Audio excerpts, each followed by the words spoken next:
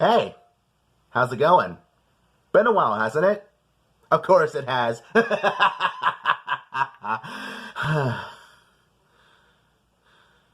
Oh, guys, I'm kidding. Anyways, heyo! What's up, everybody? My name is PaperCarmelo, and I'm officially back on YouTube. That's right, officially back for the new decade, the new year, the new things that are coming to the channel. Well, that's just pretty much about, like, what I was gonna say. So yeah, goodbye.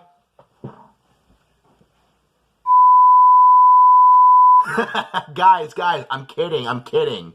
Anyways, I'm officially back on YouTube, and I'm really glad to be back because taking a break that long really did left a hole in my heart. So, let me explain why I took a break from YouTube. Mainly because of this act that came into effect in the first of the new year, actually the new decade.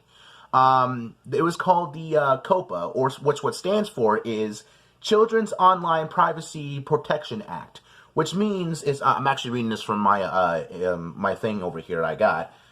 What it says right over here, it says the act effectively was in 2000 thing. What it does is that it actually, well, it actually was in effect in 2000. What it does is that while children are under 13 can legally give out personal information with their parents and permissions websites, particularly social media sites, but also other sites are that most collect info, personal info actually, and disallow children under 13 from using their services altogether due to the cost and work involved in the complying with the law. So what that means is that, you know, children under the age of 13 cannot sign up to that, and if they did, companies of social media would actually collect their data, which is actually violating the law of COPA, and that's what it is in the law of the United States. This act was coming into effect on YouTube because of an issue of YouTube actually collecting data from children, which in turn caused COPA to come into effect, and then a lot of other issues happened, which I'm not going to explain to detail. And now we got the COPA effect that came in on January 1st. Basically what this means is that we have to start, you know, doing a lot of things that change our content. Like, is it going to be for kids or is it not going to be for kids? And to me, though, that kind of scared me because, one, I'm not one that actually draws in drama because I don't want to draw in drama because this channel is all about entertainment, and I don't want to cause any controversies, even though there's sometimes I can't help when a controversy happens, and if I get involved, I will say something, but if I'm not involved in it, I won't say anything, because I don't want to get involved.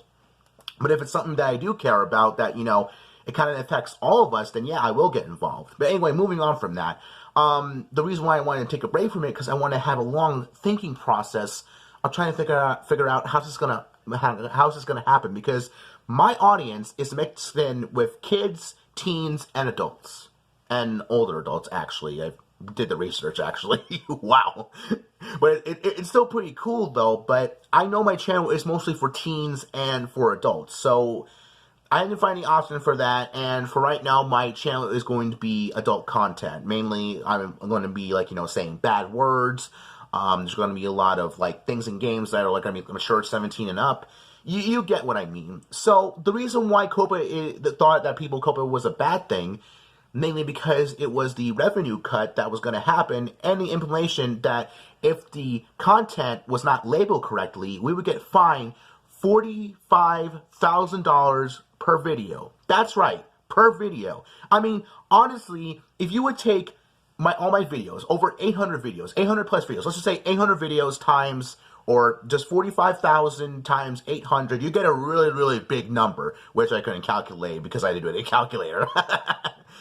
To me, though, the thing about it is that it affects all of us YouTubers, all of us people who watch YouTubers, all of us who just mainly have an account on YouTube just because they want to watch YouTube videos. It affects all of us, and it already came into effect, which I'm pretty much late on anyways. But then again, I thought to myself that, you know, realizing this, it wanted me to start changing my content anyway, because my content has been pretty much the same old every time. And I want to escape the mold of that content and move on to different things, like things that are in the now. Not saying that, you know, I'm not trying to be like everybody else. I'm trying to say I want to create my own content in my unique way. So that way it won't be like I'm feeling like I'm copying them, but it's just like, I say, hey, I got, like, like start thinking of some ideas and, viewing videos to see what, I can come up with an idea myself that doesn't copy them whatsoever. So, I mean, the question about it is, will there still be gaming videos? Yes, there will be gaming videos, but that is going to be cut down just a little bit. Not too much, just a little bit. Because I realize I put so much content of gaming out there, I never realized that the fact that I never put out much of my stories or my sketches or anything else that you guys practically enjoy. And I want to keep giving that out to everybody. It's just I feel like, putting up video game videos, gaming videos, is just another way for me being lazy, not catching up with the content that you guys actually like. And that's why I also asked, like, what kind of content do you want to see? And one of my friends actually, which is going to be anonymous. But anyways, we all know who it is anyways. It's Dog Game Player. Who else? It's Dog Game Player. But anyway, continuing on, Dog Game Player suggested something like reaction videos. The thing about it is, reaction videos has barely ever happened on my channel. I've done probably 1 or 2 videos that did reactions, and even a live stream about it, but the thing about it is, I barely did any of that stuff. So I want to go ahead and start making a series on that, just to see how it would go and try to get in that kind of stuff. And, I've been thinking that I'm actually really, really tired of the fact that I'm kind of being left behind on YouTube while mostly everybody on YouTube is enjoying success and, the hard work and dedication to making content for viewers. And I want to be a part of that too. I just feel like sometimes I'm not like a part of the group. I'm like, I'm always in the back and they're in front. I'm like far behind while they're way ahead is what I mean to say. And I don't want to be left behind. I have a channel that has 2.4 thousand subscribers in nearly 5 years. And the thing about it is, that surprised me, though. I thought I'd at least get 1,000 in 5 years, but, the thing about we got about 1,000 in 2017. It amazed me, though. I know I take a lot of breaks on YouTube.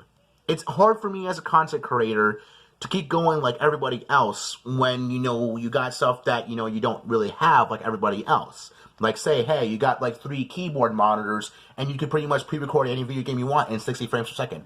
I don't have that. All I got is an Android, a screen recorder, and a YouTube channel. And an editing app, actually, too, which I actually edit all my videos in. But the thing about it is, though, is that I want this new decade to be new beginnings for this channel. And to keep increasing content that you guys like. And, well, there are a few things that I personally don't want to do. But, if you guys understand it, then that's okay. But anything that you guys want, I'll try to do, okay? Pretty much on a limited budget because I'm broke. Anyway, let's move on. I do want to become a full-time content creator. The thing about it is, though, it's very hard for me, the small channel that I am, that doesn't make, like, doesn't get a lot of traction, doesn't get, like, a lot of people watching or whatnot, and I'm trying to figure out the ways to do that, but, it feels like it's hard on YouTube, like it is on Twitch. So, I have heard that, algorithm on Twitch is hard, too, to reach, because, it's hard to reach an audience on there sometimes. But, I'm not giving up, and I told you guys that since the beginning, I'm not giving up, and I never will. I just don't want something that I've built up for so long just to be gone. I don't. The thing about it is, though, is that, it's hard for me, again. I just don't want a channel that I've built up for about 4 or 5 years to be gone like that because of some issue that we have like COPA. The thing about it is, though, sometimes we have to comply with stuff in order to continue to be going. Yes, I understand there's going to be risk, but there are more ways you can actually make it better income, like merchandise or pretty much through donations or whatnot. And that's going to help benefit in the long run.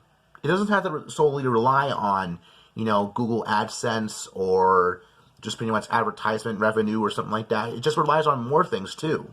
You got to always figure out what you got to do. And that's kind of a little advice for anybody who wants to start a channel, too. I may give out advice about how to start a YouTube channel as well from my point of view. Because I never actually did that before, so hopefully I do well. But anyway, I hope everybody understands what I'm saying, even though it's just pretty much a big mess of what I said. I just hope that everybody understands that, of what have happened to me and what's going to happen in the next, pretty much in the next 10 years, pretty much a decade. Because it's a whole new decade and whole new beginnings. And I can't wait for them. Alright, everybody. So thank you, everybody, for watching this video. And as always, I'll see you next time. Which will be this. And you'll see me. And I'll see you next time in the next video. It feels good to be back. And that's for real. It's not fake. This is for real.